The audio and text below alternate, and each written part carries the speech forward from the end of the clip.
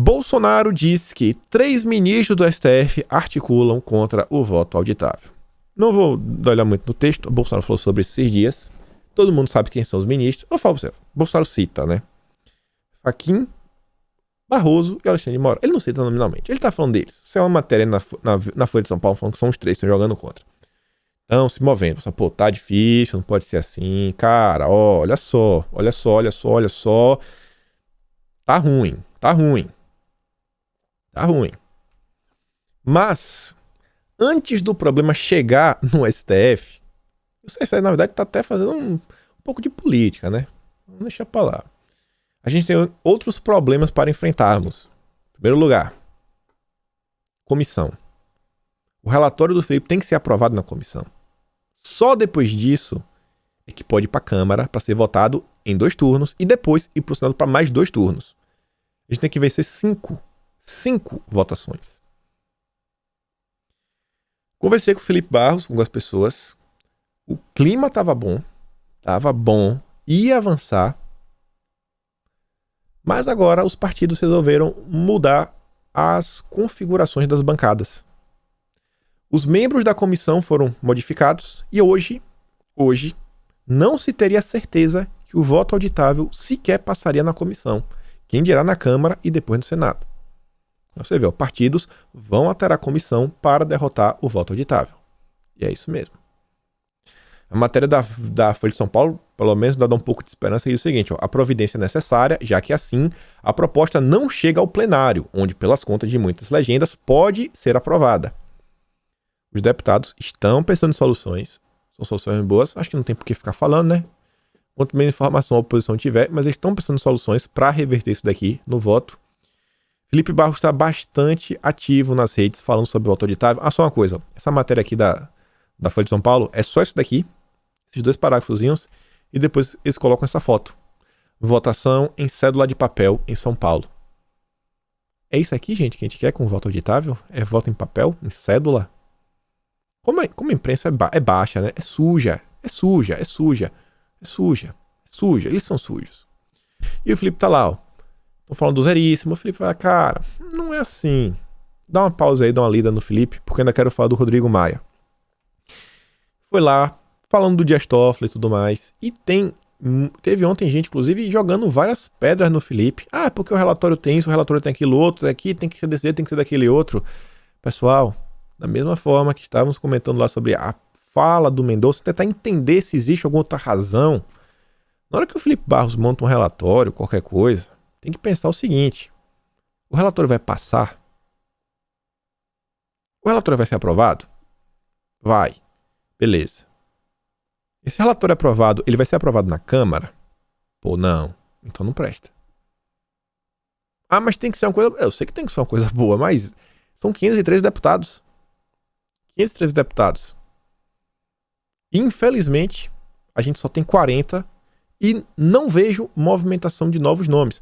Já sei, inclusive, de alguns nomes que não são deputados hoje, são pessoas que já são conhecidas, inclusive, assim, como um todo, na política e nas redes, que devem se candidatar em 2022. Alguns nomes a mais.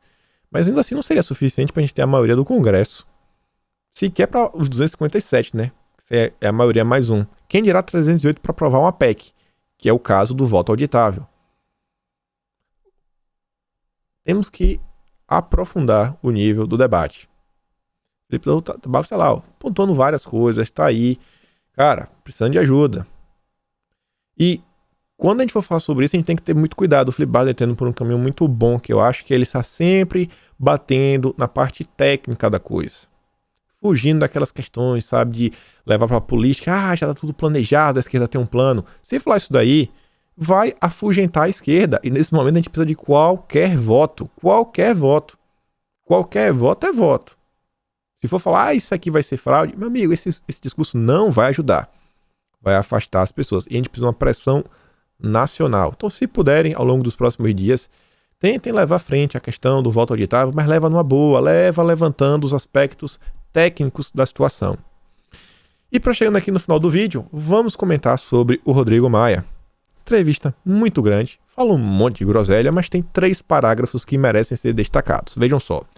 Rodrigo Maia: posso ajudar o Lula. O ex-presidente da Câmara flerta com o PT e defende a ideia de que os partidos de centro rompam definitivamente com o governo Bolsonaro. Primeira pergunta. Se o PT chamá-lo para aprofundar a conversa, o senhor vai? Claro que eu vou. Diz, acho que consigo coordenar um grupo de pessoas. Tanto faz ser no PSD, no PSDB ou até contribuindo com o pessoal do PT.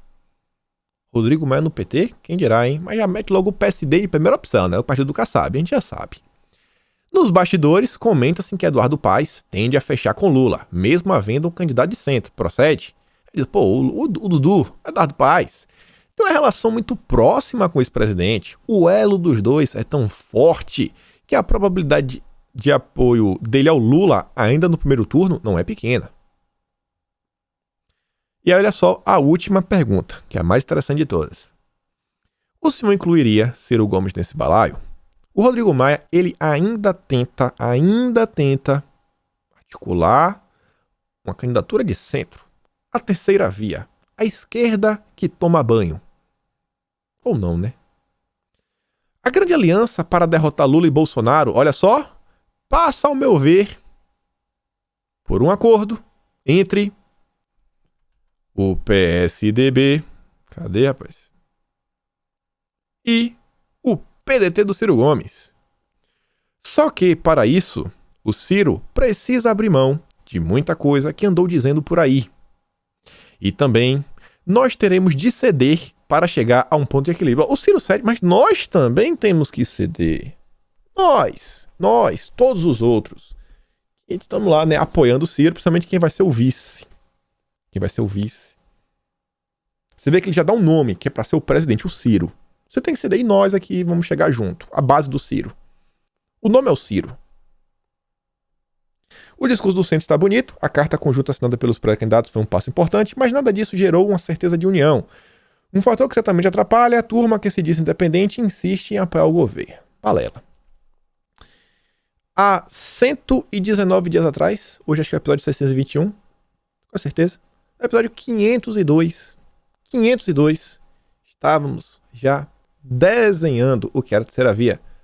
O acordão, PDT, PSDB, Ciro Gomes e Eduardo Leite vice. A imagem aqui, ó. Rodrigo Maia só afirmou o que a gente vem falando há 4 meses. 4 meses. E nas últimas dias, o último dia, na verdade, ontem, ou foi anteontem, né? Anteontem à noite, vamos considerar ontem, Eduardo Leite aí bombou nas redes sociais, que se assumiu. Sou arco-íris. É tudo que a chapa aí do Ciro Gomes precisa, que é para ganhar um pouquinho mais, sabe, de força. Pega os liberais, né, MBL, o pessoal do Renova BR, o apoio do Alema, Marina, Event XP, Itaú, Felipe Neto apoiando, toda a chapa linda, cheirosa, maravilhosa. Barroso ama essa galera. É a chapa dos sonhos, olha só, ainda tem um arco-íris. A chapa que tem um candidato que é arco-íris. E é uma chapa que, vejam só como são as coisas. A gente vai votar, vamos ser sinceros. A gente vota em Bolsonaro. Lula, vota no Lula. O vice, beleza, a gente pensa no vice e tudo mais. Essa chapa está sendo criada que é para ter quase 2 presidentes. O Eduardo Leite ele quase está se colocando como Ciro, né? Porque ele é arco-íris. E por ele ser arco-íris, ele brilha. Ele é purpurina. Essa chapa vem aí. E essa turminha toda que apoia, né? A gente já tá fazendo isso aqui tem tempo. E o Rodrigo Maia só confirma. E para chegar ao final do vídeo, quero só mostrar aqui, ó. Tivemos ontem uma mega motociata em Salvador, no 2 de julho, independência da Bahia. E Jair não pôde ir, mas mandou um salve para todo mundo. Então é isso, meus amigos. Fico por aqui. Se inscreve nas minhas redes, lembra de curtir e compartilhar. E a gente se vê amanhã. Fui!